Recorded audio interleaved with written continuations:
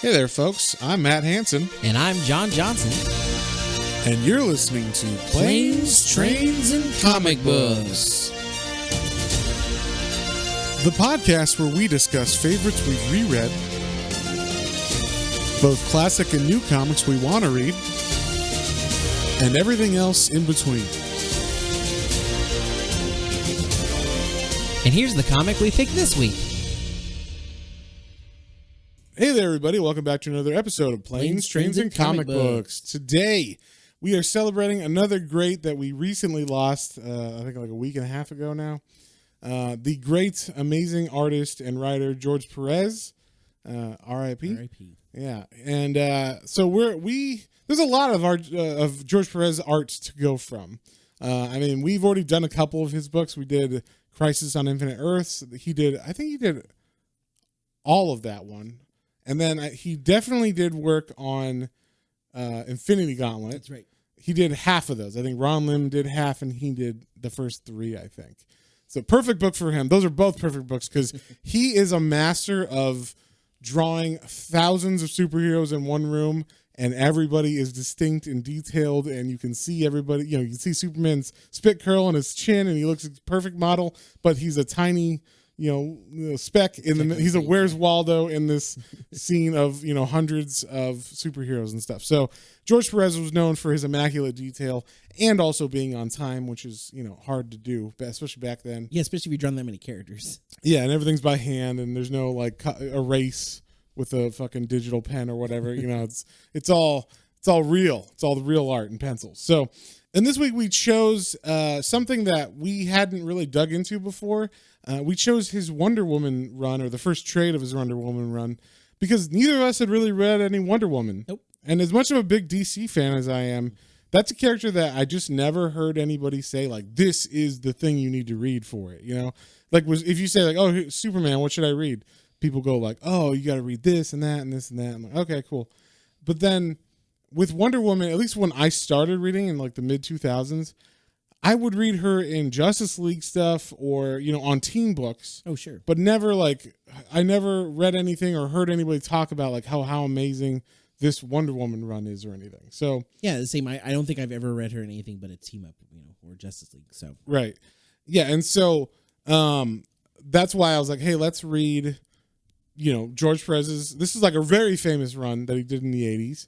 And it was a reboot of all the Wonder Woman stuff from before. So Wonder Woman is one of the Trinity of DC. So you got Batman, Superman, and Wonder Woman, and she was a character that from the 30s, I believe. So early 30s, 32 maybe or something like that. She was brought in or written and created, and then up until the 70s, or I guess the late 70s, she was on her own title. And I guess, there was some missteps, we'll say. They took away her powers in the 70s and made her know Kung Fu and shit because that was popular. Stuff like that. They gave her a name Diana Prince, which is funny because they mentioned that in this. And so the DC was like, you know what? Let's reboot with a new #1 on Wonder Woman, and let's give it to George Pérez on art. And there's a couple different writers in this, but the cool thing was George Pérez actually plotted most of these stories. And then someone would write the dialogue. So there was Len Wein on this one. Len Wein wrote a lot of the dialogue in this. I think Greg Potts, I think is his name, did the first issue's dialogue. So but the other thing, I didn't notice any switch. Like it all feels like it was the same person. Story. Yeah. So we read. It's called George Pérez's Wonder Woman Volume 1, but we did the first 7 issues because that's the first story arc. That collection collects 1 through 14 though, so you get the full first 14 issues. And this one you might recognize some of the stuff because they're definitely taking from this for the movie. That came the first movie. Wonder Woman movie. Yeah, this isn't set place in World War I times, but it definitely has the same feel and a lot of the same themes as that. So, and I felt like Wonder Woman, the way they portrayed her in that movie, was very true to this Wonder Woman. Yeah, specifically. Very much so. Yeah. So we'll just start off. We get a brand new origin. Like I said, this is them rebooting the franchise. So, yeah, this is not your invisible plane flying Wonder Woman anymore. Yeah, no. So we start off in 30,000 BC with man, just coming out of the primordial ooze per se or whatever, and a little bit after that, but yeah, he's evolved into a human shape now, or they've evolved, because you have men and women, and they kind of set it up like there is a constant struggle between men who kind of represent aggression and scared. I don't know. They're scared of their, not. They want to be it's kind of they're going to be the strongest, and they think of themselves as the higher up on the food chain, I guess. Yeah. You have them fighting kind of against each other, and then then the saber-tooth comes along. Well, it touches on the themes of man needs a purpose. Men need a purpose. Yes. And if they don't have that purpose, they get very annoyed and self-conscious, and their ego is crushed, because specifically the man in this, he's a hunter. That's what he's supposed to do. That's all he can do. And he loses a hand to a saber-tooth, and he comes home and he's feeling less than a man. And the woman tries to comfort him, but he is just filled with rage. And also, I'm sure this is, we're talking about Greek gods in this later on, but this is the influence, I would say, of the war, or the kind of that god, the Aries god. Yeah. Even though they don't show him in this, he's so irrational when the woman comes up to hey, are you okay? He's like, don't touch me, bitch, basically, and freaks the fuck out. And he ends up murdering her with a fucking stick or whatever. Yeah. Just because she's saying hey, are you okay? And are you okay? Do you need me to comfort you? Yeah. And he's just she knows. And when she touches you, when you hear her sympathetic whimpering, you curse her, because his ego is bruised or whatever by the fact that he feels less than a man, I guess. And so, yeah, that's the first story. It's the Adam and Eve story or something of this mythology. And one interesting that happens is when he kills her, her soul flies up into somewhere. We don't know where, but it flies away. And he's like, what the fuck? And then he feels bad that he killed her. He's like, oh, man, killed my wife. So then we cut to 1200 BC, and we're on Mount Olympus. So the Greek gods are established. That is the mythology for Wonder Woman, is the Greek gods. And we have all of them talking and kind of debating about humans, because they're Aries is hey, I think humans should just be let alone. I like them the way they are. I like them warring with each other and fighting and stuff. It's pretty awesome. I get power from them. And this is kind of I don't know who originated this concept, because I think it's a cool concept. The first time I read it was in Neil Gaiman's American Gods book. But the idea that gods specifically get their power from worship. It's not that they exist besides the fact of worshipers. It's if they don't have worshipers, they don't exist. So that concept was very, very heavy in the I guess it's a show now, but also the book American Gods with Neil Gaiman. So in his you have a god that used to be amazing and powerful, and now they drive a taxi because they have 4 worshipers or whatever, so they have to make a living now or whatever. Whereas before they used to just get sacrifices and all that shit to them, and they were so powerful. Same concept here. You have the gods, kind of arguing about what man is, what their purpose is, and what we should do with them. Should we let them roam free, or should we control them or do something? And basically Aries is, of course, I want them to roam free, because they are easy to manipulate and easy to war and anger. Yeah. And so I believe that, okay, so also guys, if we get something wrong with the names of these gods, give us a break, because we're not Greek, and there's a lot of gods in this. So I forgot how many Greek gods there were. Yeah, there's a lot of them. So most of them I knew from the Hercules Disney movie. Yeah, but some of them I was I don't know. So I believe it is Artemis says, hey, I don't think we should leave them up to their own devices, and what we should do, just as a precaution, if you guys aren't gonna fight for this, because Zeus, he doesn't have time for this. He's always trying to bang bitches on Earth or whatever. He doesn't care. So that's true. So, and Hera just kind of defers to him. And so Artemis is like, wait. What if? Okay, I get you guys aren't on my side on this, but like, what if we don't intervene per se, but we just create some beings that, if we need them to intervene, could intervene at some time? And what she's talking about is the Amazons themselves. So she, like, they basically, like, Zeus says, I don't care either way. Just leave me out of it. Yeah, leave me out. You do it or don't. I don't care. Like, you're not going to make me mad if you do it, but I'll take a nap before my 4:30 appointment on down there. Yeah. I got a massage down in Sparta or whatever. I don't know. Athens. I don't know. So anyway, so Artemis takes a bunch of the women. I don't know who the women are. Some of them are, and I'm sure there are other gods. They don't say their names. Like Aphrodite is one of them, and Hestia. Yeah, Hestia. There's a bunch of them. So they are with her, and they're the, we'll call them the, if you Shazam the movie, like there's like the gods of, and it's all their names. So it's like the strength of Hercules and this wisdom of Solomon and all that stuff. So these are like where she gets her powers from, each one of these people, and but that's later. Right now they're just trying to make the Amazons in general. So they go across the river Styx, and they go to this like nether realm, to a place that's called the Cavern of Souls. And this is where souls just wait. I don't know exactly why they wait. I can't remember if they say specifically like why they're waiting. It's like they're waiting to be used sometimes. Like not all souls go here, but some do. And so I don't know if these are just women too either.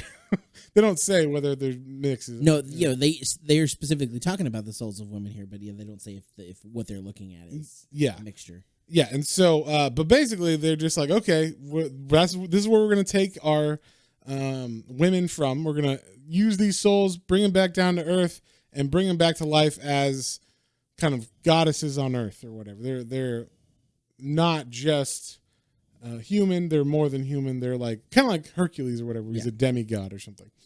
And so they throw the souls back down from the Cavern of Souls. I guess they throw them back up. I don't know. I know they're in Styx. It's supposed to be River Styx will be under, but then it shows. But then it appears from the sky, and maybe it's like a wormhole or something. Yeah. But all these souls fall into a lake. And then out of the lake, all these naked women come out, and I'm like, yeah, that is the place to be. Of course, it's DC, so everything's covered with splashes of water and stuff. But just perfectly. Just perfectly. I've seen everything, though. They try to cover it up. But yeah, so then that is how the Amazons are born, and they give, some of the people, like they nominate who's going to be the leader and stuff, and they're like, you, Hippolyte, are the head of the Amazons, and you have a sister who I don't remember her name. Antiope. Yeah, Antiope. There you go, Antiope. Antiope. Sorry, Greek. The way you got to do the Greek pronunciation. Yes. So Antiope is her sister, who's like second in command, and then the other ones. This is not really important. And then some cannon fodder probably later. Yeah, and like the whole time Aries is looking at this, he's like, "Those fucking bitches! Like, I can't believe they did that." Well, don't worry, they'll never be able to resist my power. I'm awesome. So then. And this was possibly the most fucked up thing in this book. Oh, yeah, for sure. We cut to a couple years later or whatever, and Hercules, the son of Zeus, is banging some hot lady. And she's talking to him after they have coitus. And post-coitus. I love that she's in bed, and then he's right away like, I got to get my clothes on, I got to get out of the babe. I got to get out of here. See you later. Yeah, I'll call you. Don't worry about it. But yeah, she's like, why don't you stay in bed? He's like, I got to go do stuff. All right, I got stuff to do, and he's definitely a dick in this. And me and John were talking about this because Hercules, because he's like a god character from history, he is what's that called? Not copywritten. He's free use. Yeah. So Marvel also has a Hercules, and he is very different. He is very much a big oaf that's lovable. He's kind of like Hercules. If you haven't read him, the easiest thing I would say is he's like Fat Thor. There you go. In the Marvel movie, Yeah. the more recent Marvel movie, it's like he's just kind of like the bro version of Thor. He's like, "Hey, what's up, guys? Yeah. Like, he got my." That is very much how Yeah. he is used as well. Like if Thor and him are in a comic, he is definitely the bro version of Thor. Yes. And so like it makes sense that in the Marvel version, but in this, I was like, oh wait. Yeah, it took me for a curve right away. This is not the Hercules that I'm thinking of. So he's talking to her. I mean, like literally, she's like, "Oh, did you hear how like Hippolytes saying that Hercules is like a loser, basically, and like he got a small dick." But like she doesn't say that exactly, but like that's what she's saying. Like she's making fun of him. This lady is saying that Hippolytes is making fun of him, and he's just like, "What? What'd she say about me? Like, be silent." And he actually like starts shaking the girl that's there. And she doesn't get mad or anything, but he throws her away. Like, he's like, "I'm going to go take on that bitch." And so, like, he throws her down and runs away. And then we see the woman laughing, and she burns up. Like, her whole body burns up. And so we're like, "Huh, all right. That's interesting." So, obviously, later on, we see this a lot in the bad guys in this. So, they are working for Aries. They're, like, possessed by demons who are controlled by Aries. Yeah. So, she's basically like, or Aries is manipulating Hercules into fighting with the Amazons, and so he thinks, "Oh yeah, this will take him on." I mean, it's a demigod, it's the son of Zeus. We'll see what happens. So Hercules goes to war with them, and as he's riding to their gates, Hippolyte goes to meet him, and she's all armored up and shit. And so he's like, "Oh, like I heard you were talking shit about me. Like you think you can just talk shit about Hercules, huh? Like I'm gonna show you what a man can do to a woman, And so he takes her on, and she's holding her own at first. Like she's kicking his ass, which is pretty funny. Well, she's like, I mean, you may be like physically stronger, but she says, "I'm also like way smarter than you and way faster." Like she's basically using his leverage against him, Yeah. kind of like Steven Seagal would. Yeah, just come at me. Yeah, and so he is bested by her in the fight. Like she is able to get him on the ground, puts like a sword at his neck and says, "Choose to death, or are you gonna like calm down or whatever?"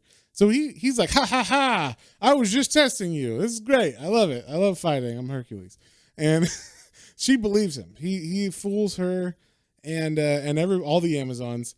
So they all end up partying inside the gates of Themyscira, or the this isn't palace. This isn't. This isn't Themyscira. Yeah, this is just wherever they're at in Greece, I guess. And so they're in a palace and they're partying, and Hercules gives her a drink, and she drinks it, and he fucking roofies her, basically. Yeah, basically. I mean, literally, this is a step-for-step date rape scene, because he literally just starts beating her, and then all of his men take prisoner the Amazons and bind them in chains. And they do rape them. And they're all naked. I mean, it's not explicitly shown, but I mean, it's very much implied. They don't say the word rape, but they imply that that is what happens. So, and like more than once, like one of the other Amazons later is like, "Why the fuck do we care about men? We know what they've done. Yeah. What they did to us and all this stuff." So like, we get what happens. It's showing the very evil, the way that they can quickly turn to evil and be manipulated. Yes. But after a while, they're praying, and I don't know how many years or days or whatever it seems like these things took a long time. Like they were under they were prisoner for a long while, because she's praying to one of the gods. I don't know which one. Hera. And Hera actually comes down. Or maybe this is Athena. I'm sorry. Oh, Athena. One of them. Whatever. One of the gods. And she's praying to her, and they're like, "Okay, yes, we will. We'll give you the strength." So Hippolyte, I like how this is of course what would happen.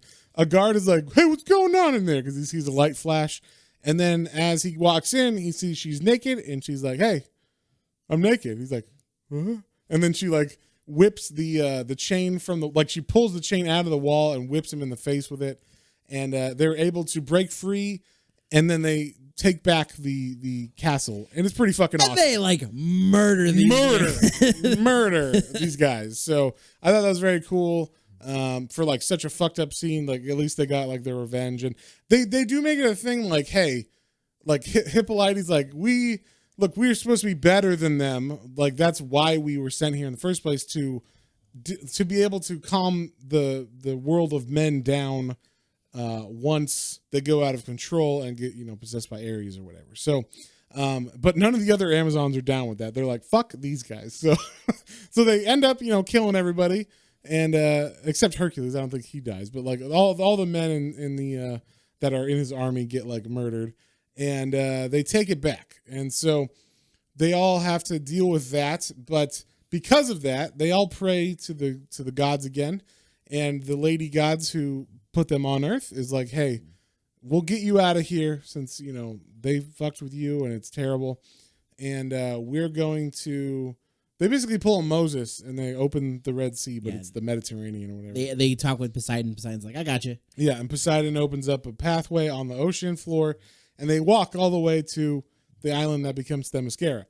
And the island is hidden by like a fog or whatever of, God magic. Yeah, God magic. So it takes them a very long time, it says. I don't know how long, but apparently long enough that they've built and built and built, and now it's like our day.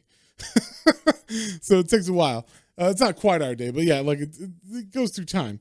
And then we didn't mention that when the goddesses were like, hey, we're gonna bring these souls down to make the Amazon, there was one that they left. And they're like, no, it's not your time yet. And so that one has been sitting here this whole time waiting in that like cave of souls. And so I don't know if, I guess she gets a premonition from the oracle, and the oracle tells Hippolyte to go to convene with the gods and talk, because there's something that she's supposed to do. So what she does, she goes to the beach, and Hippolyte makes like an effigy of a baby. She gets like or I guess it's clay. I don't know. It says clay in there, but it looks like clay or mud or sand. I don't know. So she makes a baby out of this clay, and then as she's praying to the gods, they send that last soul down, because it turned out that when Hippolyte was alive before she was killed and became a soul, she was pregnant, and so this is the actual like soul of the baby that was in her. So that is what ends up going. The soul gets put into the baby, or the mud that is in the shape of a baby, and that is how Wonder Woman is born. And this is the part where all of the gods that are up there, they're all like, this is how you know what the new Wonder Woman's powers are. What her new power set is. So specifically, they even say their names. So we'll say the names of the gods, because this is the only time we're going to say this right. So the first god says, I, Demeter, grant her power and strength like that of the earth itself. And I, Aphrodite, give her great beauty and loving heart. I, Athena, grant her wisdom.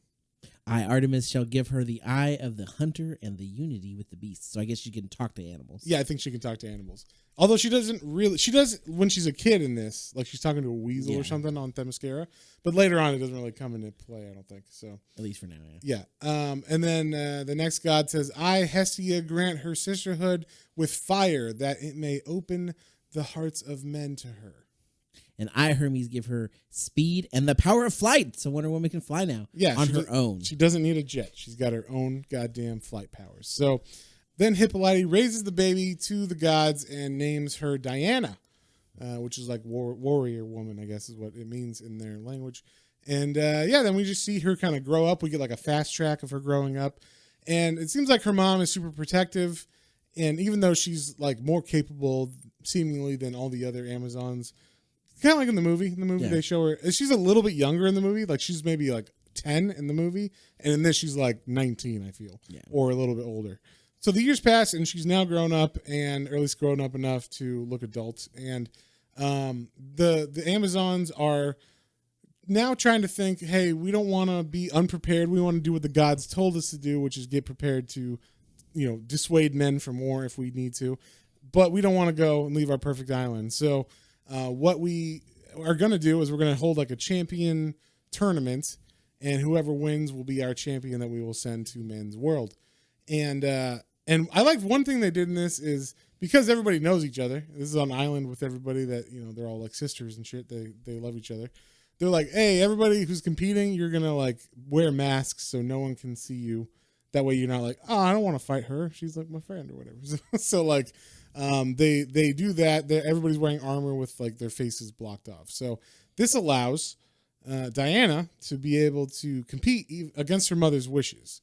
And so she does, and she fucking owns all the other Amazons. Oh, yeah. And then when they say, like, take off your helmet, and after they give her, like, the bracelets that she wears as Wonder Woman, they're like, this is your, it's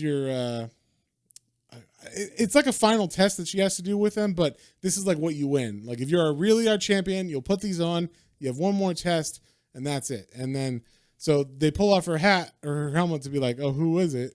And it's Diana, and of course, Hippolyte's all like, what the fuck? I told you not to do that. And I thought this was funny. Just this panel that we see. So Hippolyte's like, well, I guess I have to go with it because everybody's like demanding, like, hey, she won fair and square. Like, she earned it. So Hippolyte's like, okay, I guess we'll do this, even though I don't want you to do this. And so the last thing that Diana has to do as part of this champions test is she has to get shot at with a gun. Somehow they have a gun. I don't know how they have a gun. I do, yeah. Like, of all this old, old, very Greek feeling and looking. Yeah. The Oracle pulls out like a 45 Colt. It's like, dodge this, yeah, Diana. She pulls out a 1911 and it's just like, dodge this. Yeah, just straight up Matrix lines it. And yeah, so Diana, takes the bracelets and is able to bounce off all the bullets. And they're like, oh, I guess she's good. And it's an old gun because there's only 6 shots in it or whatever. It's an old automatic pistol. But that's all the bullets they had. Yeah, this one test. Yeah, exactly. Oh, that's true. Like, where did they get the ammunition from or anything? Who knows? But that was the test. And so then they give her like her uniform and everything. And they're like, you will wear the colors that are cool that we like. But it just happens to be the American flag. Stars and stripes, basically. The red, blue, white. And there's gold in it too. So it's a little bit different. But yeah, then she puts on her, uniform, and now she will be the champion if men ever need that in the world. And so that is the end of the first issue. We start the second issue, which you might have noticed something's different or was missing from that origin story, and that would be the airman Stephen Trevor, who in the old version like crash lands and she helps him or whatever, but in this we get like a full breakdown of like why he is there and what's going on, and a little bit more detail that kind of ties into the overall like feel and story of this book. So we start off with Stephen Trevor, who has been like on desk duty for the last 3 years. He was a pilot in Vietnam, but he refused to take some certain orders because he's not a pacifist, but he's not like he doesn't want to be a murderer. He saw too many men with bloodlust, and doing crazy shit in Vietnam. So he got sick of that, so they put him, because he wouldn't follow orders, they put him on a desk. But for some reason tonight, he got called in at like midnight to fly a plane. And they're like, he's like, I don't know why. Like, just randomly got called by the general. And so this general talks to him. He's like, I don't like you, but there's a mission. God damn it, you're the best we got. He doesn't say that. But, no, but that's what it made it seem like. Yeah, well, kind of. I mean, you could tell like he really does not like him. He's like, I don't like you. And I wouldn't have chosen you for this mission, but they chose you, whoever they are. Yeah. And so you have to fly this mission. It's like a demo of the new Phantom plane. And Steve Trevor's like, that plane is like 6 years old. It's not new. Like, and then like, where are these coordinates? And he looks and he's like, this is in the middle of nowhere. This isn't even like near anywhere anybody could be watching me. So he's like, I don't know what they just told me. You do it. So don't question things. God damn it. And so.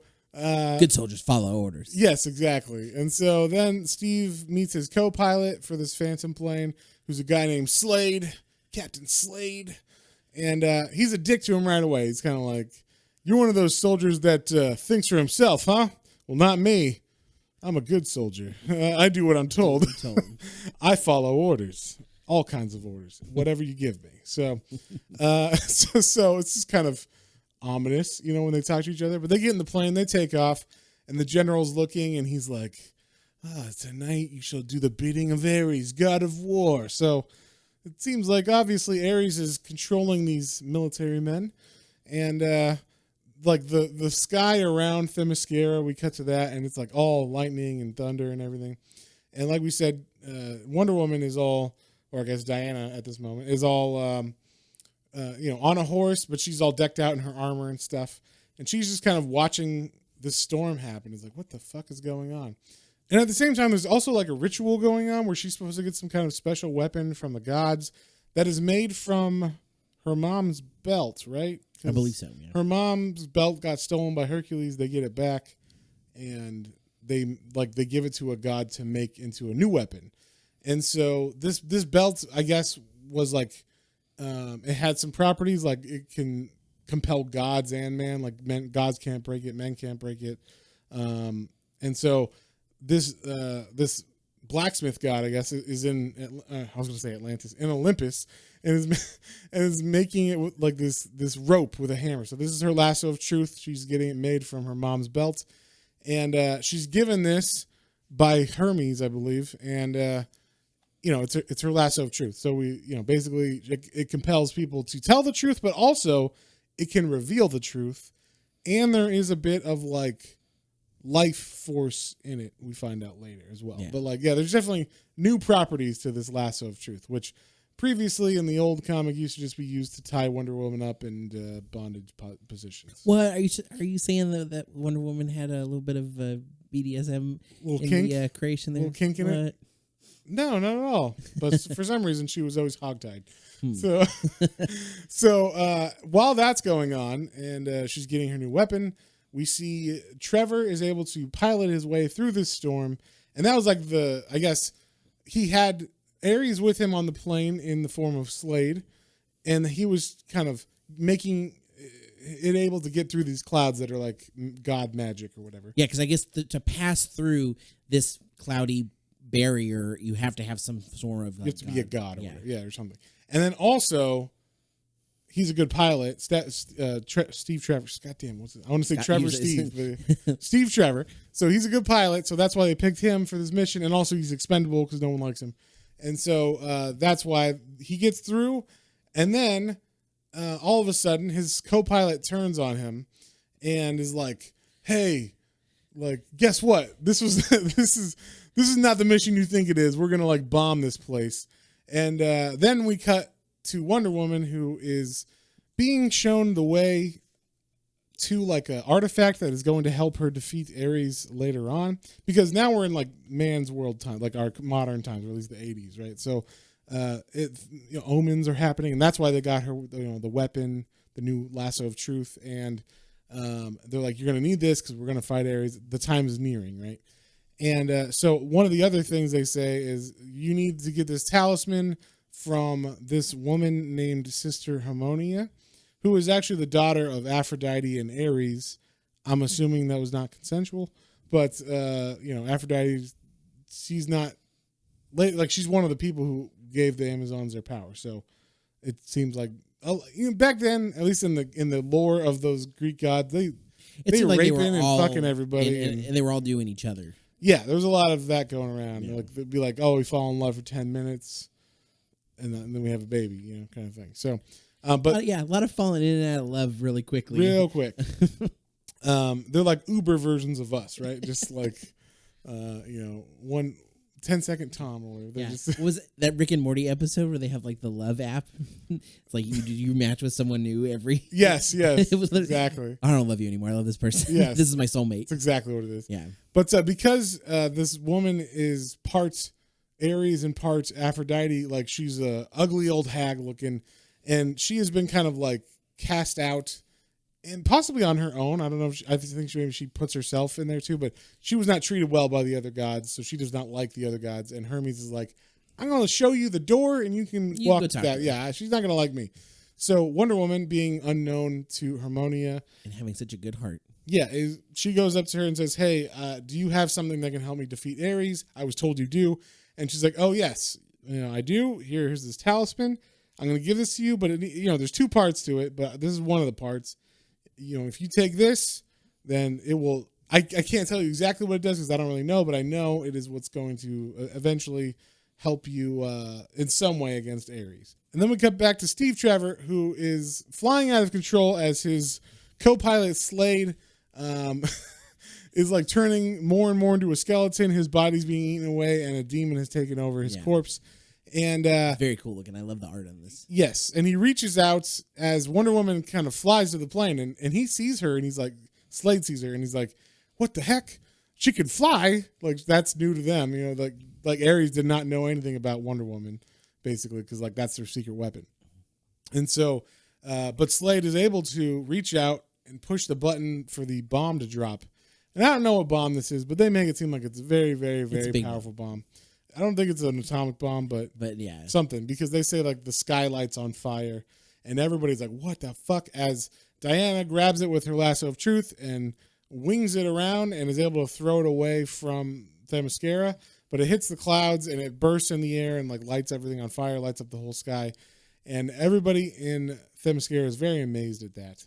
And she ends up saving Trevor from the ocean because his plane falls in, and she's like, "Who is this guy who tried to attack us?" You know, she thinks that he attacked him, even though he was like not. He was just on the mission. He didn't know what was going on. He didn't know the slave was gonna bomb them and stuff. So she's like, "I'll take him and we'll question him. Like he's passed out right now, but you know we'll wake him up and figure out what the fuck happened, right?" And in the meantime, we cut back to the base where the general who sent him on that mission has also burned up, like in a pile of bones, which I thought was fantastic. Like you were saying, the art with these desiccating people and stuff looks really cool. Like, I mean, every panel in this looks great because George Pérez is a master. But, you know. Every time where it's something to do with Aries, though, I have to say, like, I compared it to, like, the Kirby Crackle. And, I know that obviously they're doing comics at the same time. You know, Kirby's been doing it for, a decade or two. Yeah, longer. yeah. But still, like, it's still reminiscent of that. And it's just one of those things, like, it looks freaking it's reminiscent, but it's also distinct. Like, it's like, oh, that's the Perez Crackle. You know, like that's different. So and we see, like, basically what's going on is the humans are like, the general's dead.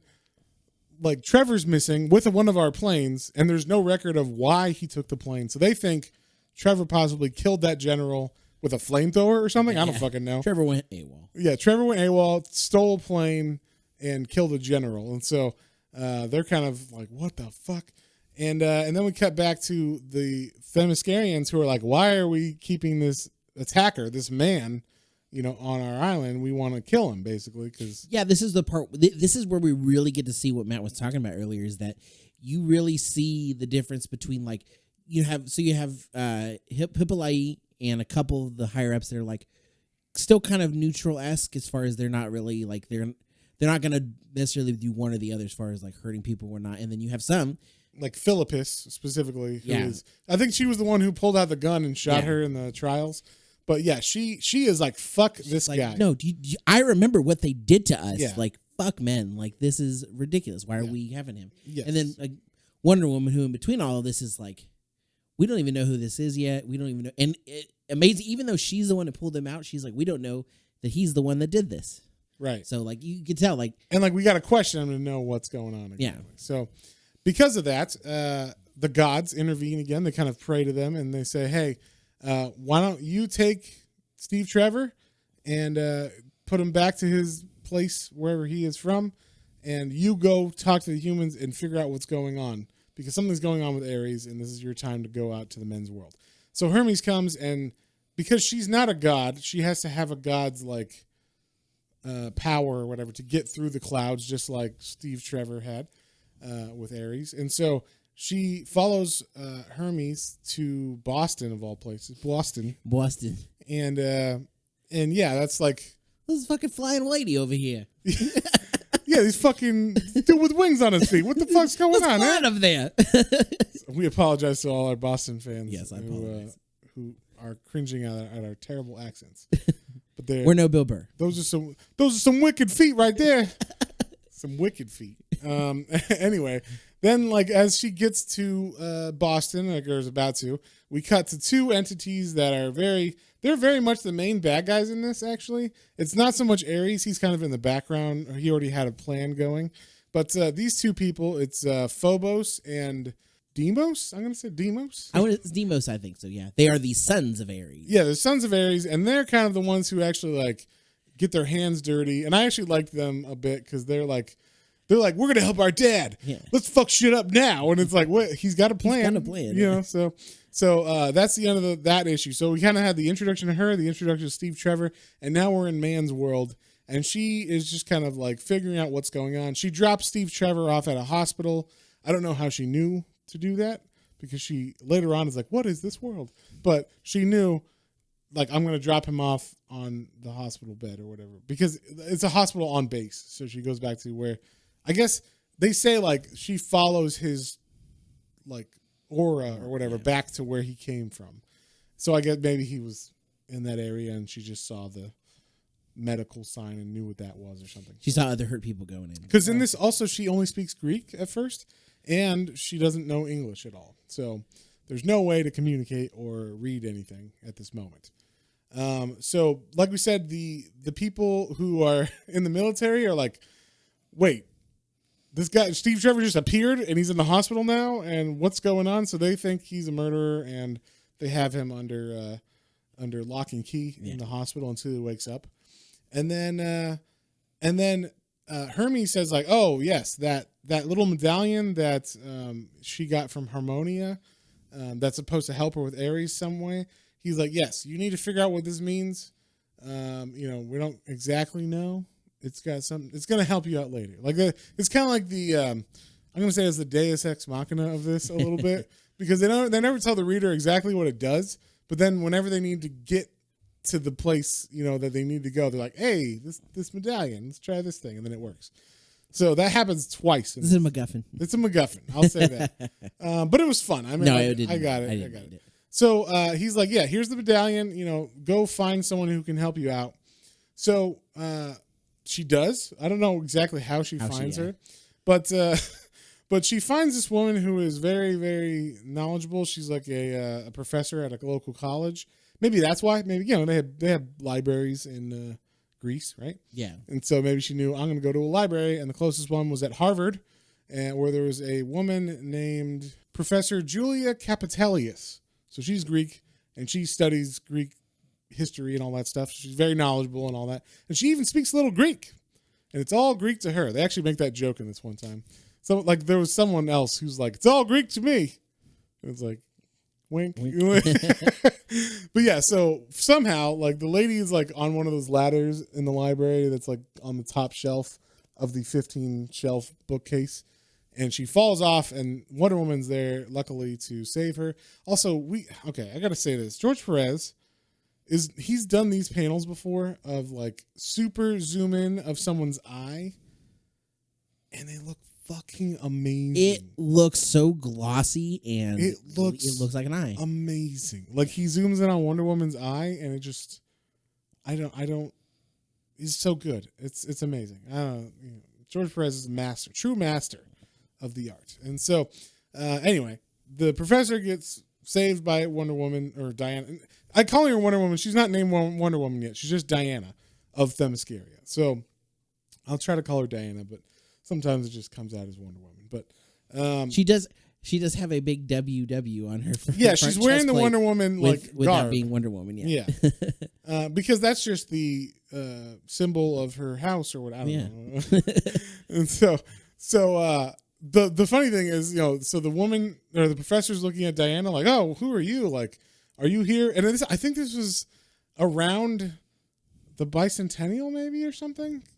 I don't think it was that early. Like, that's 76, right? There's no way this is 76. Yeah, I don't think so. But, like, they're making it seem like maybe this year is 76 or something, or maybe it's 84 or something. I don't fucking know. But they're making it sound like, oh, there's festivities, so maybe it's like 4th of July times or something, because she's wearing stars and stripes and red, white, and blue and shit. So they think she's part of, like, the parade that's going to happen. But no, she is not. And she tries to talk to her, and the professor is like, oh, she's speaking some kind of, like, weird ancient Greek. Like, I can pick out a word here or there, but I don't quite know it. And then Wonder Woman shows her the medallion, like the talisman that she got from Harmonia. And she's like, check this out. It disappears one way. Like, she turns it, like, vertical, and it disappears. And then she turns it horizontal, and it reappears. So the professor's like, what is that? And she reaches out and touches it. And it, like, zaps her, and then now, all of a sudden, she gets the whole history of everything that happened. Wonder Woman doesn't have to tell or explain anything, and she can talk to her. So, like, hey, let's just fix that real quick so you can move on with the story, which I enjoyed. We get some nice art of, like, everything we've seen. This splash page is wonderful because, it's like all of that, but it's warped in such a cool way. Yeah, the perspective is all crazy, like, like if everything was all, cattywampus, on a beach ball or something, but a bunch of different beach balls, and then you put pictures on that same like angle and everything, and the sphere, there's a lot of that.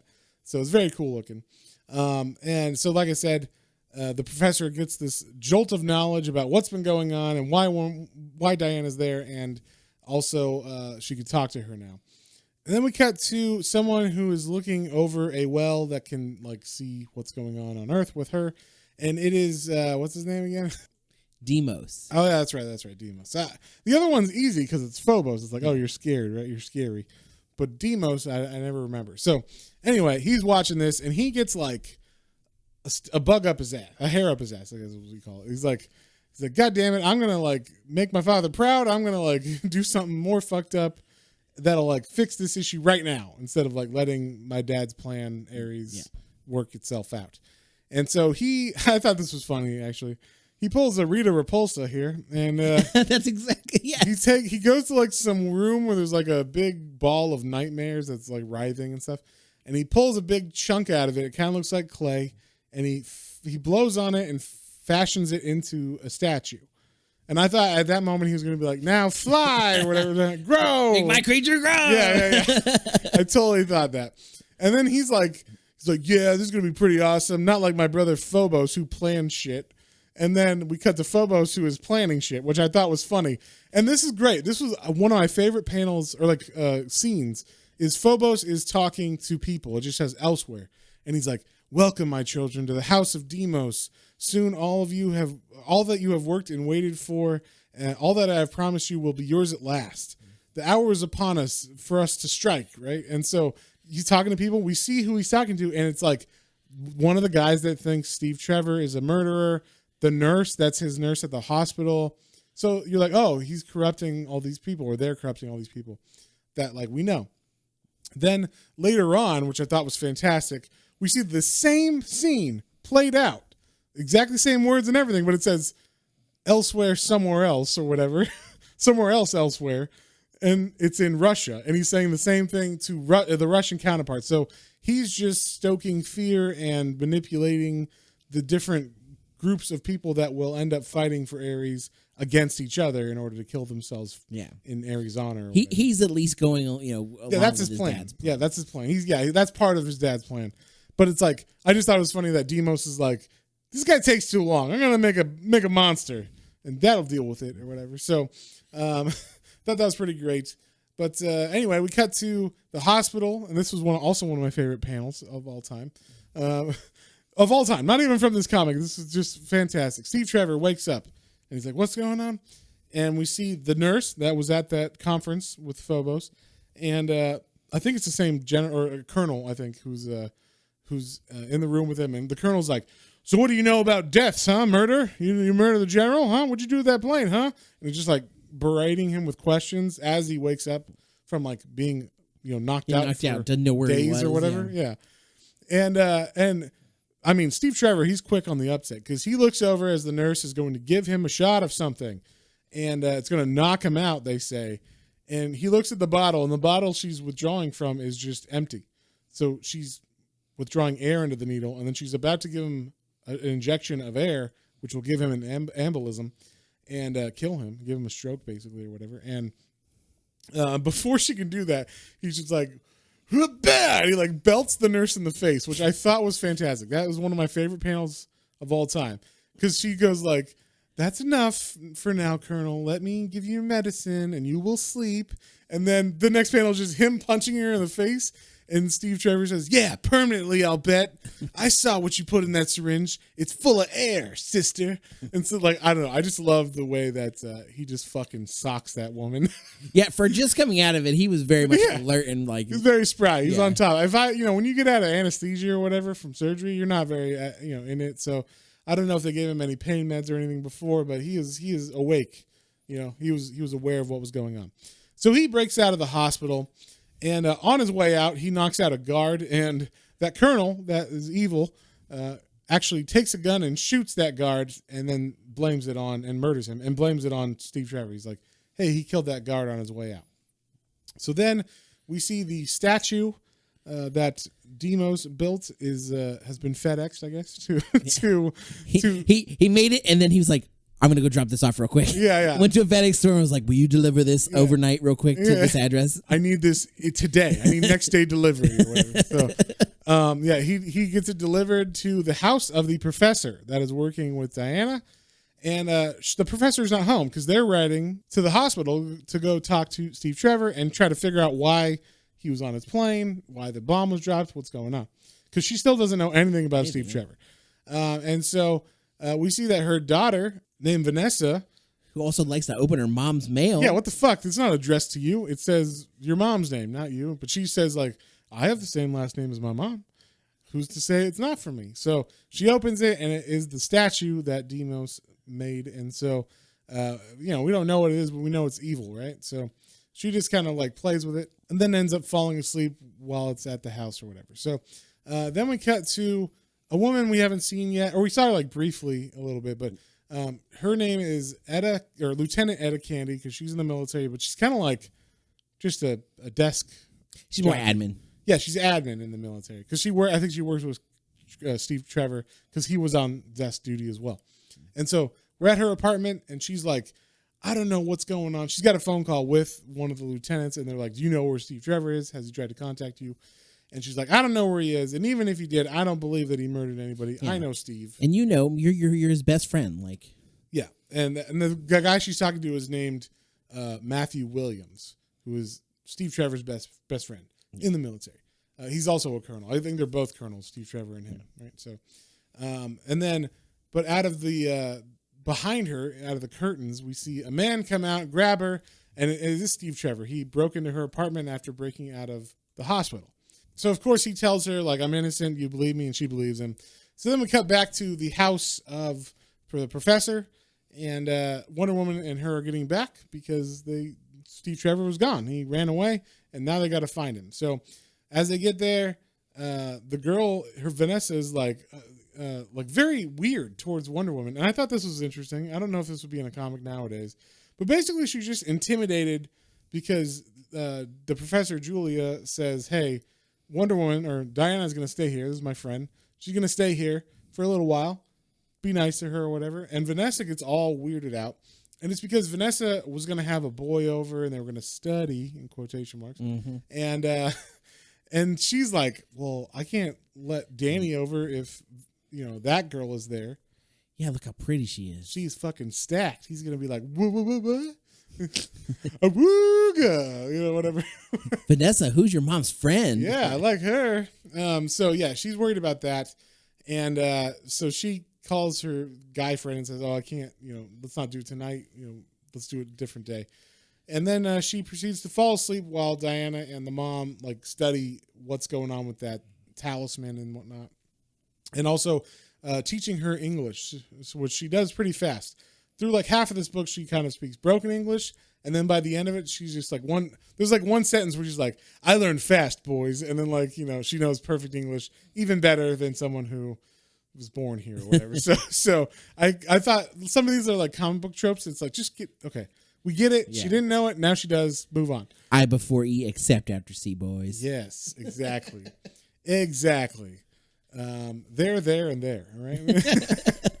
So then we see Vanessa is asleep and she is watching TV, or was watching TV, and next to her is that statue that Demos made. And this is another one. It's a different eye. It's a demon eye, but I love he does the zoom in and it zooms in and then this demon eye opens up and the eye is really cool looking. It's because the Wonder Woman one had eyelashes and just the perfect amount of wetness on it or whatever. I don't know. It looked so good.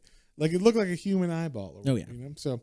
The demon eye, it's more stylized because it's a demon. So, but yeah, he likes to do that eye work, Yeah. But then Diana and the professor hear a scream out of the room next door, and they're like, "Oh my God, Vanessa!" And they go in, and there's a big demon monster in there, and Vanessa is okay at the moment, except something seems a little bit weird about her. She looks older for some reason, and the demon says, "Oh, Professor. You can call me Decay." So their name is Decay, and she's going to murder them, is what she tells them. And then she proceeds to breathe on them, which I thought was funny. I'm like, your power is bad breath. All right, cool. She breathes towards them and like out of her mouth shoots all this like Perez crackle.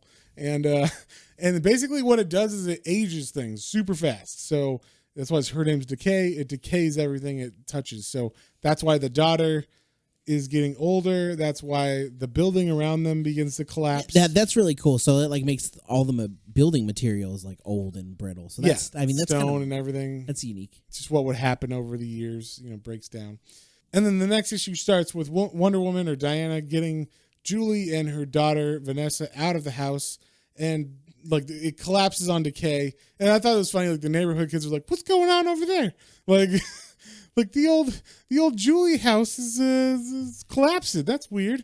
I just thought that was funny. There's like a panel where the people are watching it, like, and they're like, "I've heard of termites, but that's ridiculous." Like, but yeah. So out of the ashes or broken remnants of the house, Decay pops up, and I was like, I'm not sure why she cares about this, but apparently she gets Wonder Woman's tiara. And I don't know why it's special necessarily. She said it's some kind of symbol of power, and it's something she wants. So yeah, they say it's like going to give her power, like Wonder Woman's power, but it doesn't. I don't know exactly why she needs it or wants it, because Wonder Woman flies after her, no problem. And but Decay starts blowing bad breath over the whole city and everything. So we're watching that happen. And at the same time, we cut to later that night where Lieutenant Etta Candy, is now working. I guess double agent for Steve Trevor. She's getting information on top secret files to try to explain like what is going on. Like why do they frame him with her super tiny spy camera? I love it. Yeah, one of those little like it fits in your palm of your hand cameras or whatever. It's pretty awesome. It's a James Bond camera. I love it. But yeah, we're getting news reports of Decay flying over in the background and collapsing the city, and trees are like rotting and everything's going terrible, and it's all bad. It's all bad news bears. And I thought this was cool. This is where you finally, like, the world gets introduced to Wonder Woman, because while Decay is doing this, things are falling down, about to kill people, and Wonder Woman starts saving them. So like humans are now like, wait, who's this hot lady saving people from this monster or whatever? So we find out also that Decay is like the daughter of Medusa, so there's some kind of makes sense. Like my mother turned shit into stone and I rot the stone kind of thing is what she kind of says. But yeah, so they have like a big epic fight. Wonder Woman isn't really affected by Decay's powers unless she's unsure or scared. And so that's what makes her vulnerable for a second as she's getting kind of like in the middle of this fight with Decay. Diana's like has like doubt for a second, and then that makes her feel old. Like she's like, oh, I'm feeling old now. Like all of a sudden it's hurting me. And then she has to like will herself to not feel like that. And then she can overcome Decay. And she does. She uses the lasso on her, and the lasso basically grabs her and Decay signifies death, right? Because she's the embodiment of death, like rot, right? So the lasso itself, and this is what we were talking about, the lasso seems to have some powers of its own besides just truth. Yeah, I guess the lasso, like, it's some kind of procure of life. Yeah, like it has a life force that it can, like, it actually heals people sometimes too. So like it's able to give health or life or vitality or something. So maybe that's why, because it's like vitality or something. But so when it's around Decay, it kills Decay because it's injecting her with so much life. Yeah, it pumps her full of life, I guess, and then she explodes, which is fun. I mean, that's a fun little. Yeah. I thought the fight was good. It might sound like we're describing it stupidly or something, but it worked on the page. It's just hard to describe exactly what the lasso did, because this is only the third issue and they haven't really gone into like what the powers of the lasso are. So, but yeah, so everybody sees Wonder Woman and they're like, "Oh my God, she killed that thing." Like the press is there right away. Like, what's your name? What are you here for? What are you got doing? A boyfriend? Yeah, you got a boy. Yeah, we got a boyfriend. What size are you? What's your measurements? It's ridiculous. 25, 30. So yeah, they go after her and she's freaked out because she doesn't even speak English at this moment. Very broken English if she does. And so she runs to Julia And then Deimos is confronted by Phobos in the God world or whatever, wherever the sons of Aries are at. And he's like, Phobos is like, what the fuck, man? Like, you messed up the plan. Like, I'm basically banishing you. So he like kicks him off the ledge, and Deimos falls. And then this is where she gets the name, because she went off in such a hurry, and all the reporters were like, we don't know her name. We don't know what to call her. She was so wonderful. And she's a woman. We'll call her Wonder Woman. Wonder Woman, right? I like this scene, though, because it's like a bunch of news reporters, like, in this city, which is Boston, which is unique for a DC comic, because DC has a bunch of fake cities that are kind of like analogs to real cities. Mm-hmm. So you got Metropolis, which is supposed to be like Chicago or something. And then you have Gotham, which is supposed to be like New York. And then you have Central City or Coast City, which is supposed to be like Seattle, I think, or something like that. And so, yeah, there's like, this is just Boston. But they're like, hey, when Metropolis had that guy, Superman, there was like the Globe or the Daily Planet, they were able to get like full coverage of him, right? Like he pretty much only is in their newspaper and talks to them. So what if like this is our chance? See, like the Boston Globe this is our chance. This is gonna put us on the map. Yeah, we're gonna be the first ones to get this down, like, and nail it. So, and whoever the Sir Wonder report I did, like, she's like, you know, Superman has an S on his chest, and she's got these kind of like golden W's. So yeah. So what about Wonder Woman? You know, I'm like, oh, there you go. Print it. Get those presses going right now. Yeah. Hot off the press. So, yeah, that's what we see is everybody now is calling her Wonder Woman, and that's kind of like the main thing. And then in the meantime, Steve Trevor is just still in hiding because everybody still thinks he's a murderer. And so he's in hiding now with Julia and Diana. And Julia her daughter's dying still. Like, she was not cured by decay, dying. And Diana doesn't really know how to fix her. So Diana's like, I will help you. Like, I promise you, your daughter will not die. You just have to help me figure out what this talisman is and like how it works, basically. So they do, I don't know, like a montage, basically, of like studying books, reading books, going through books, and like it seems like a season goes by almost. Almost like you see snow. So it's like, okay, how long, because the daughter is like, I guess in poor health. Like, she's not dead or like on death's door, but she's old now. So like her body is beginning to shut down. So there's definitely a sense of urgency that they want to, figure out what's going on with the daughter. Oh, and you know what? I was actually wrong. Steve Trevor is not here. He's still on the run, but they don't know where he is. And so I say that because in this page, someone is lurking outside their windows of the residence of Julia, and it's her. That's what it is. It's her winter home. She's got two homes. She's a professor at Harvard, so she's got two houses. And so Steve Trevor has tracked them down, and he goes there. And I don't know why he has a gun out, but he has a gun out. And Wonder Woman's like, how do you have like the thunder stick or whatever, like the boomstick? Like, I've never seen one of these outside of my, when I got shot at by Philippus or whatever in my test. And he's like, what? And so, yeah, basically it's Steve Trevor, and she's like, it's you. And so now they finally get to like meet while he's awake. And then as she's about to ask him questions, there's another like bang going on, basically. And we hear like some sounds, and it turns out Lieutenant Candy, who is back from her mission of espionage and getting the file or the photos of the top secret files to find out what's been going on in the military. We see someone is standing over her with a gun, like he's knocked her out. And he says, my name's Matthew Michaels. And so we find out that is actually Trevor's friend from the military, like his best friend, which we kind of already said before. But, this is the first time we see him like straight up. So the next issue starts, and we're getting more into the story now, like what's been going on. We find out that Lieutenant Candy has found out that the government is running something called Project Aries. What is that? What could that be? And obviously Aries is behind a bunch of different military commanders kind of fucking shit up in the world, trying to cause World War III. And we find out that Candy had just got bumped by Matthews. Just a little bump. Yeah, just a little bump. But it made it look at the end of the issue like he fucking hit her over the head with his gun or something. Yeah. Like he's a bad guy. But yeah, so we get the Project Aries thing. And basically what's going on is Aries' plan is to get the Soviet Union and America to like have a missile launch on each other and start World War III and be the end of humanity or whatever, and the war and everything. So that's what they figure out is there's two separate bases.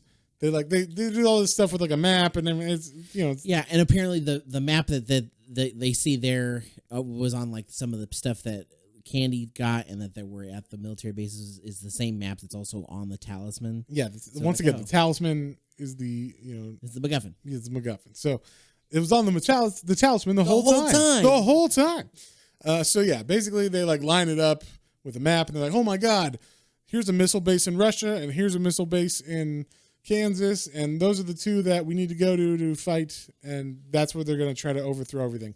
And in the background, we see there are soldiers, American soldiers and Soviet soldiers, but specifically there are a group of American soldiers who are killing other American soldiers at this base. They're having a coup, we'll say. There's a general leading it, and so Colonel Michaels, that's Michaels. Yeah, Michaels. So Colonel Michaels and Steve Trevor get all their guns because, of course, Michaels brought all his fucking weapons, which I like this guy. He's like, I was a Boy Scout. Always be prepared. Or whatever. And so he's got like fucking Rambo, like, belts of ammo. He pulls out just like, tons of ammo and guns. He's got submachine guns, just has them. It's like, sweet. Okay, cool. So he brings all these guns, and they're basically planning on getting to, at first, I was like, where are they going to go? I thought they were going to actually go to the bases. To the base first, yeah. But they figure out, and this is what I was saying, like they need to, I guess, figure out how to get to Aries and attack him head on. And this is where Wonder Woman's like, I figured it out. And she's like, you speak English? She's like, yeah, I learned real quick. Yeah, real quick. Don't worry about it. And so, and this is another MacGuffin with the talisman. She takes the talisman and looks at it in the mirror and goes, wait a second. The mirror would complete the talisman if I push it into itself in the mirror. Because it's the mirror verse of it. Yeah. And it's like, what? Like, okay, I guess so. I guess that does it. But when she does that, she pushes it into the mirror and it opens a doorway to Hades or wherever the fuck the Phobos is. And so Phobos is there, and we get a big fight with him because he was kind of obviously in the background behind the generals and everybody and the Soviets and the Americans trying to get this plan. He's kind of like the right-hand man of Aries. Aries is very hands-off. He just had the plan, and he said, Phobos, you go do that. Yeah. And then Phobos was doing it. So they get to where Phobos is. They begin to fight Phobos. And he's got like Medusa kind of hair with snakes and shit. Yeah, it's kind of been hinted at because he's got like snakes on his helmet, and like he's kind of got like, it looks like he's got a beard full of snakes. They don't have heads, but they look like either snakes or green spaghetti. So. Yeah. And so Phobos, he's got the power of fear. So he kind of sets everybody's, like, he figures out what each person's fear is and then like sets it on him. So like one guy's scared of cats, so he has to fight a big cat. And that was Michaels that's scared of the cat. And then Trevor is scared of spiders. Julia's scared of drowning. And Lieutenant Candy is scared of being buried alive. So they have to, I mean, some of those you can fight, right? Like the cat and the spider. And the other ones are just like, hopefully someone fucking saves me because rocks are falling on me. And the other one is like, I'm drowning in a bunch of water. So while they're fighting, I thought it was fun. Like basically they figure out, hey, if we take on each other's fear, we're not scared of that, right? So Michaels takes on the spider because he's not scared of spiders, and Trevor takes on the cat because he's not scared of cats. And then Diana is able to save Julia from the water, and Michaels is able to save Lieutenant Candy from the rock slide that lands on her. And but then quickly, Diana is then in battle again with Phobos, and his beard hair snakes or whatever like wrap around her. And this is one of the cool things I liked about this is I didn't know that this was a thing, but her. And maybe this is why Decay wanted it earlier, but the little tiara that she has, apparently it's fucking razor sharp. And so Diana, even though she's like wrapped up in his beard snake hairs or whatever, she's able to throw it at him like a boomerang, and it chops off his head and also cuts all the snakes like to let her free or whatever. So she fucking murders him. Yeah. That was fucking cool. And he also had the second half of the talisman, the actual second half of the talisman, instead of like the mirror version. So they get that and they put it together. And when they do, they automatically get transported to the American base where the nuclear weapons are. Yeah, that's right. And of course they're surrounded by all the acolytes or whatever of Aries now. That's what I was saying. Like the talisman is definitely the MacGuffin in this. This is like, hey, we'll just put this together. And even though we didn't know it was going to do that, it puts us right in the middle of where we needed to be. So that's good. But yeah, so the missiles are about to fire, and we get like a big showdown finally with Aries. Yeah, I like that Aries kind of.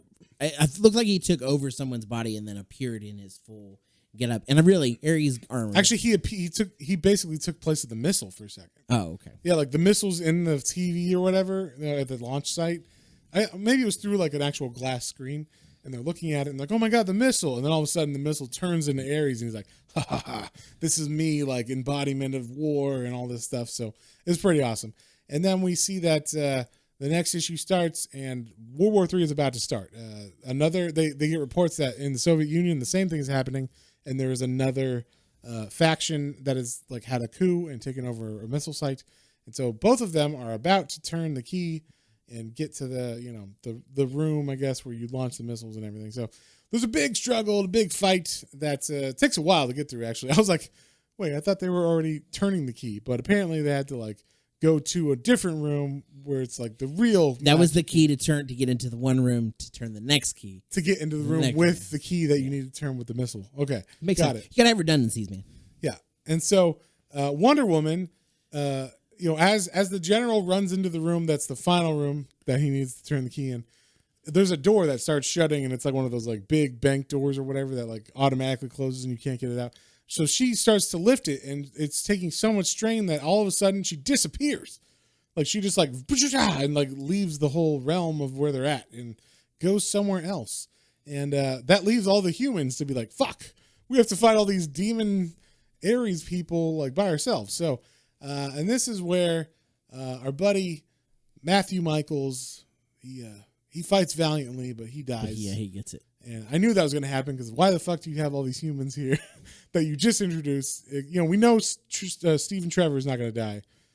I don't know. Candy could have, and also Michaels could have, and Michaels got it. So, but he fought valiantly. So then we see the general has the key like in the ignition or whatever. Like he's about to like turn it. He's already enabled the codes. All he has to do is turn it, and like then we cut away. We cut away to where Diana is in like a black darkness, and Aries is there, and it's like his realm of power. His domain. Yeah, it's his domain. And so he waxes poetic about what he's doing. We get like the whole "I'm an evil villain" speech, and this is my plan, and this is why it's so smart of me to do this plan. And they have like a pretty epic fight. I liked like Wonder Woman is outclassed here because one, she's still poisoned from the snakes that Phobos bit her with. And then two, it's like his domain of power. So she's not really able to beat him. No, I really like this too. Like you said, like she keeps trying her best to go up against them, but she keeps being like, well, what are you going to do against me? Like, yeah, I'm more powerful than you, and you're in my realm. Like, I don't know, but she could do this all day. Yeah. That's what it seems like, at least. And so, yeah, but he's like beating her pretty handedly. And at the same time, we're seeing like he's burning her and stuff because he can like light people on fire and shit or whatever. And so we also see that the like women that were I guess we didn't say in the background of this whole thing, like Olympus is also dying, right? Like all the gods are like, if she fails, man fails, and they all die, so we're all gonna die. So they're slowly like their life force is leaving them. So like everything's kind of riding on Wonder Woman, and they're in the background going like, maybe we entrusted this power to the wrong person. Maybe she's not gonna make it. And was Artemis is like, no, yeah. Like we did good. She can do it. If we're alive, that means she's still alive. She can still do it. So Wonder Woman reaches deep. She digs down, and she realizes, look, I'm going to fight no matter what. I'm going to like die fighting. There's no reason to give up. So she takes her lasso, she wraps it around Aries, and it does another power that we didn't know the lasso does, which it shows you the truth. Shows you. It doesn't just compel you to tell the truth. It shows you the truth. So it shows Aries what the truth of what he's doing will lead to. And what it ends up leading to is him being on a throne with an earth that is not there anymore. Like it's just a ball of dust now. Of rock and radiation. No humans alive to worship him. And because of that, he also rots away because gods need people to worship them in order to stay alive. And he actually cries when he sees this. He's like, oh my God, I've been like so fucked up. I need these people to be alive so that they can create war. And that's like worshiping in my name or whatever. So he realizes that, wait, he's fucked up. He was going to take it too far because you need people alive in order to stay alive as a god. So he realizes that, and then he's like, all right, like, I realize you are correct. I'm going to stop them from turning those keys. But I'm also going to, like, you know, still be the god of war. I want war to happen with men. We'll let them be a little bit more. Yeah, well, they'll give some balance to it, I guess. Yeah. Like, be of their own device. They can still like war, and they still, you know, go kill each other. But, you know, more measured, not World War III. Yeah, maybe I won't interfere as much. Yeah, like he's not going to have a plan to blow up the entire world or whatever. So he does that, and all the demons in the, or all the like corpses that are possessed by demons in the different missile silos burn up and go away. And Steve Trevor's like, what the fuck? Like, because, you know, keep in mind, in their mind, Diana vanished. They don't know what's going on with her. And they've been fighting all these demons trying to get, you know, the keys, you know, from turning and all this stuff. Steve Trevor specifically has been fighting that general who like did not like him, and his hand's been on this key the whole time while he's been trying to fight him and stop him from turning it. And it's like, oh, I'm just gonna die now. I guess we're all gonna die. And then like he burns up in front of him. It's like, what the fuck? So I thought that was funny, but yeah. So that's pretty much the end of it. We get like Wonder Woman she gets transported back to the base that she was at. And Steve Trevor finds her, and so he gets her, and he's like, "Help! We need help with her." And yeah, she's pretty beat up from the fight with Aries, and also like, there's all. I thought this was funny just because generally in comic book art, if you have like certain types of lines on your skin, that means hairy. Like Wolverine has hairy arms and legs. They gave her like stippling on her legs to show like where she got bit by all the snakes and everything, but it kind of looks like she did not shave for a very long time. Like hairy arms and legs. I thought that was funny. I'm like, she's going all natural in the end of this. She fought so hard that it made her hair grow. Yeah, her hair on her legs grew, which I thought was funny. And then we get like the joyous rebirth of Olympus in the last issue here. And the gods drink their wine again. I thought this was great. The gods who didn't do goddamn thing. Nothing. Like 1,000+ years ago, actually 3,000 years ago, they were like, yeah, we don't care what you do if you want to make Amazons. Because of that, they survived, and Aries did not kill everybody in the world. Yet they're like, it was great that we did this thing, and we're alive now. Let's celebrate. We're awesome. Like, just more wine. Yeah, more wine. And we get one awesome thing. This is like one of my favorite lines in this whole thing. So Zeus, he's like, so these Amazons, huh? They're pretty intriguing. I like them. Perhaps henceforth I shall keep a closer eye on them. And then in the background, you see Hera think to herself, but pray, dear husband, 'tis only thine eye. Because, you know, Zeus has been known to go down to earth and sow his loins. Who did he appear to like as a swan and then was like, what's up? Lots of people. Okay, yeah. And that's only... I think that's Hercules' mom. Is it Hercules' mom? Yeah. That's the main one I remember. It's like, hey, baby, I'm a swan. They're like, a talking swan. And he turns into Zeus. And it's like, oh. I'll fuck that swan. All right, then. Yeah, anyway, they bring Diana there and like put her in like the spa of awesome. They basically have a spa day with her where she gets to rejuvenate. Yeah, well, and I think they do this in like Poseidon like does something in the water for her, right? Yes. I can't because I like the way he draws Poseidon like very bubbly-esque. Like he's got like a lot of bubbles in his like, you know, water bubbles in his persona. Yeah, his caricature. It works. And then we see some other gods, or like not gods, I think they're like demigods, but there's the Pan. There's like the what are they called? Fawn. The Danny DeVito character in Do you want to be a hero? Yeah. And so he this guy's hanging around, and he's also talking kind of like lewd about the Amazons. He's like, "Hey, they're pretty hot, huh? Pretty hot, huh, Zeus?" And Zeus is like, yeah. Like, so I know, right? he's starting to put ideas in Zeus's head, and even Hera says like, we got to make sure they don't keep talking about this or whatever. So she's worried that he's going to go cheat on her or whatever. But yeah, so that's pretty much it. Like we see the rebirth of Wonder Woman. She comes out alive. And then like the last thing they needed to tie up, once Wonder Woman goes back to the human world, like her mom is not happy, but she ends up letting her go because the gods tell Hippolyte that, you know, we want her on Earth and man's worth or whatever. And so she's like, okay, I mean, I'll let you go, but on some conditions. We don't know what those conditions are, because they just cut to her being on Earth again. And we see like the last thing that she had to do there was bring Vanessa back from the brink of death. But they give her a way to get to Earth too. That's they. Because she can't. She's not a god. Yeah, so it's still silly, but they're like, hey, here's some winged shoes that the gods. I think Hera gives it to him. Was like, well, it's Hermes' shoes. Hermes. Okay, yeah, it's like he's Mercury. Or that's right. It's like, okay, here you go. Now you can fly through the cloud. Yeah. Like, oh, okay, cool, sweet. Cool. So she flies back to the hospital where she does end up bringing like salves and stuff, like roots or whatever that she gives to Vanessa, who's the professor's daughter, and brings her back from the brink of death. And she looks young again and everything. And so she takes Vanessa back to Julie's apartment or Julie's house, I guess. And is like, hey, check it out, Julia.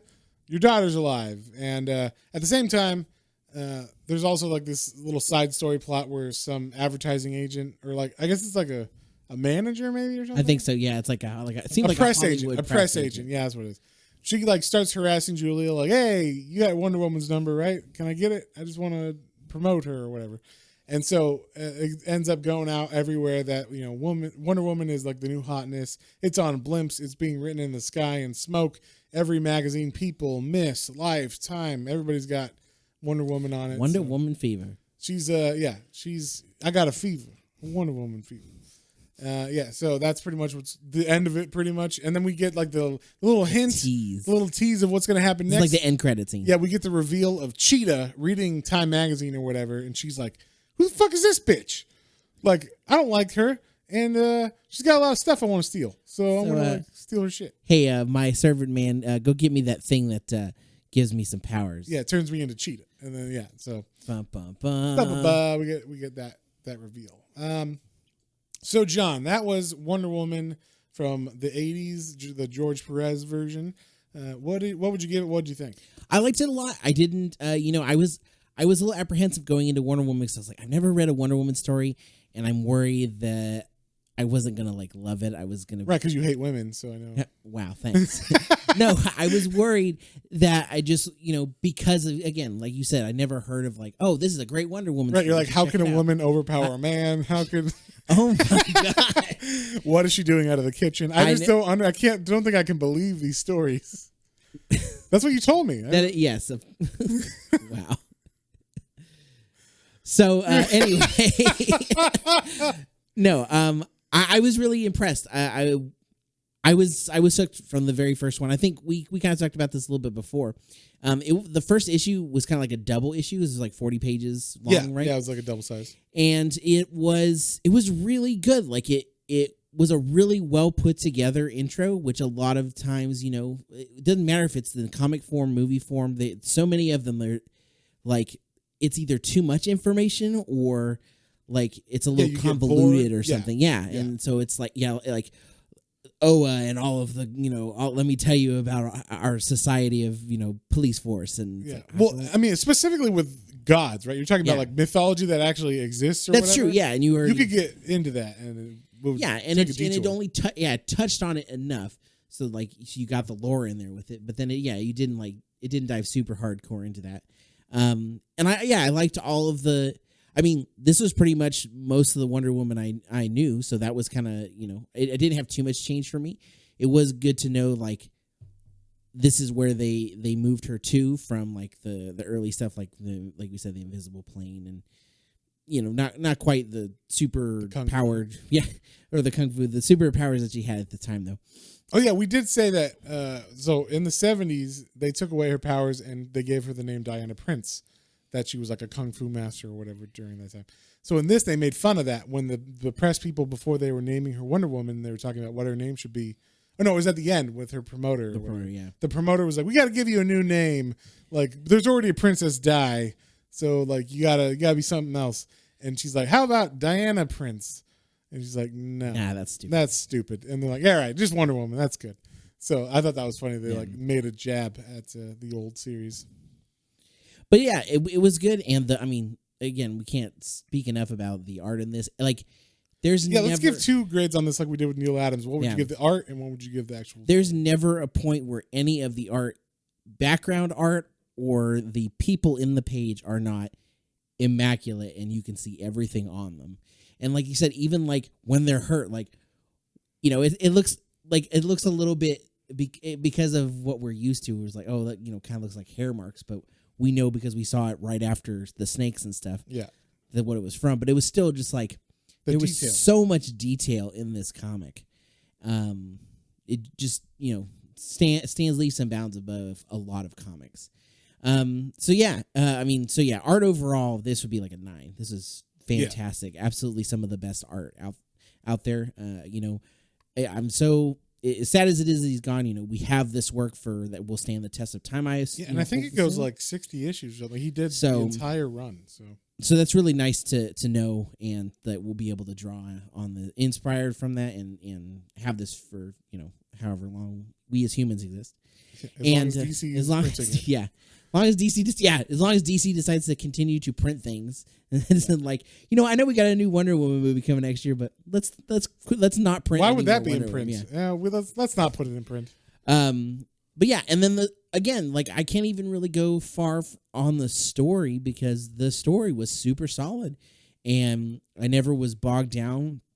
I never was bored. There were a couple parts where I had to maybe like go back and be like, what Greek god was that again, or like what names, like where exactly is this taking place? Like just because I didn't see the name of it or something. Like when they go to like one of the like when they first use the talisman against the mirror, and it's like, where did they go? Yeah. Couple little things like that, but it wasn't like it didn't like ruin the story of them or take me out of it. Really. Right. I just had to was pause. Like, where are we? Oh, okay.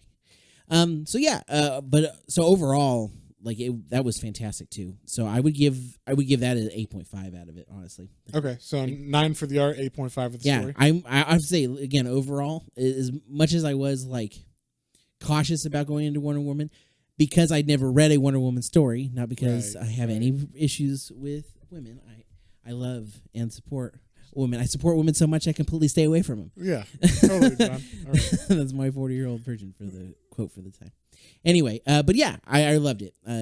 This was definitely one of the best DCU ones I think that we've read so far. Yeah, I would say that too. Like obviously you got Batman and stuff that we've read and whatnot, but like I gotta say, reading the first issue, I was like, this is one of the strongest first issues I've ever read. Like, just in general. And I've read a lot of first issues, and this sets up everything perfectly. There was no, like you said, no filler. It got to the point. It was as long as everything needed to be. It was very straightforward, concise. Told you everything you need to know in order to understand who the Amazons are and where they came from. And then I liked that the second issue was all about Steve Trevor, how he gets there. And then they kind of take off with the main story after that. So I enjoyed it, and I was engrossed the whole time. Like there was never any time I was bored or anything. So I think we're gonna have the same ratings. The only thing I didn't like, and I get it because it's a comic book and it's the 80s or whatever. And in general, you just kind of some things you just gotta, like you said, the MacGuffin. You just gotta have something that can teleport them or whatever for no reason. So that talisman was a bit of a cheat, but overall, the story was fine. I enjoyed everything. I thought Aries was fucking awesome. I thought... Oh, yeah. I'm sorry to jump in, but, this has been one of my favorite bad guys of, almost any of the comics we've read. I really enjoyed Aries. Aries felt extremely manipulative, powerful, and, overbearing almost because of how much he wasn't there, too. You just felt him in the background of everything. Yeah. Anytime something happened, you're like, was that him? Is that guy evil, or is it, because you had the nurse and the other people who would be doing evil shit, and obviously they're being affected by Phobos and or Aries, same thing. So the plan is in action. So who's behind everything? So I'm gonna give the art for this for George Pérez 9 out of 10, and the story I'm gonna give 8.5 out of 10. Very, very strong story. I very much want to read more of this arc, this whole run. And I probably will, just going forward, just because all of it's on Hoopla and all of it's pretty easily available now, so it's all in print and everything. So I might have to buy the omnibus of this if I decide, that the whole run is amazing. So, that's fantastic. So what are we reading next week, John? Next week we're going to be checking out an Image comic called That Texas Blood. Yeah, so I've kind of heard of this one. It's piqued my interest as I saw it on the shelves and whatnot. It is currently going on. I think it's got 2 volumes out in trade. But we're going to read the first volume. And I've talked to a couple people that have said, oh, yeah, it's good. But basically, it's like a murder mystery, obviously, that takes place in Texas. And since we're in Texas, it was intriguing to me that this takes place in Texas. Yeah. So Texas comic. Or sure. About Texas, at least. Something going on in Texas. Yeah, sure. Some blood in Texas. There will be blood in Texas. Yeah, there you go. So yeah, that's what we're going to do next week. If you guys have any comments, questions, suggestions, you can email us at planetrainsandcomicbooks, all one word, at gmail.com. Don't forget about our Instagram, Twitter, and YouTube channel for exclusive content, as well as our TikTok is up now. TikTok, we're up there. We're with the cool kids now. We're hip, we're cool. And don't forget to check out our Patreon. We've got a special going on right now, Matt. Yeah, we got a special going on for the Matt's Minis Hellblazer, right? So normally it is $5 to subscribe to that, but we're doing a special because we're just trying to get our Patreon going. And so if you listen to the Matt's Mini Swamp Thing and you ever wanted to know about Hellblazer, I'm doing the same thing. I started at issue 1. We're at issue 21 as of this week. And you get the whole back catalog of those issues or episodes. And I'm reading them just like Swamp Thing, one issue at a time.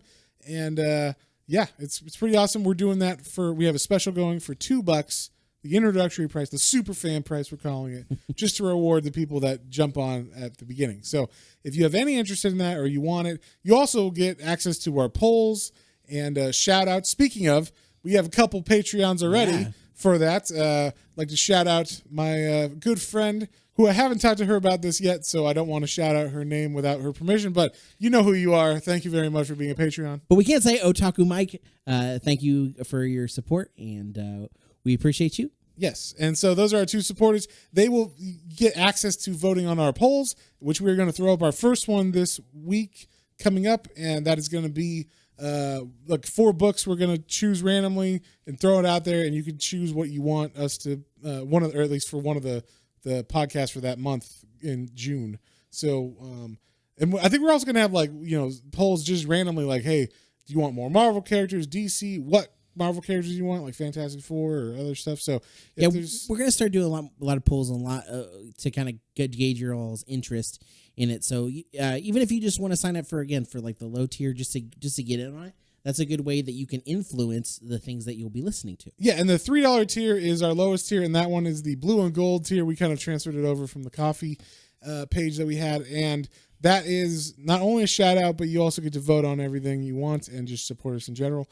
And so if you would like to, please support us with that, because we love making these things, and we also would want to create more content. We're thinking about adding some other other tiers, that are like, you get to choose a comic I do a review on YouTube, things like that. But we haven't implemented that because we want to test the beginnings of these Patreon tiers. So. But it's a good way to get in there and, kind of let us know and actually influence like the things that we're doing. Yeah. Things that you're liking us doing and you want us to do more of. Yeah. And also like you can message us. So if you're Patreon, you can just say, hey, I want you to read this. And we probably will, unless it's something terrible or something. So for the most part, we don't plan these out very far ahead.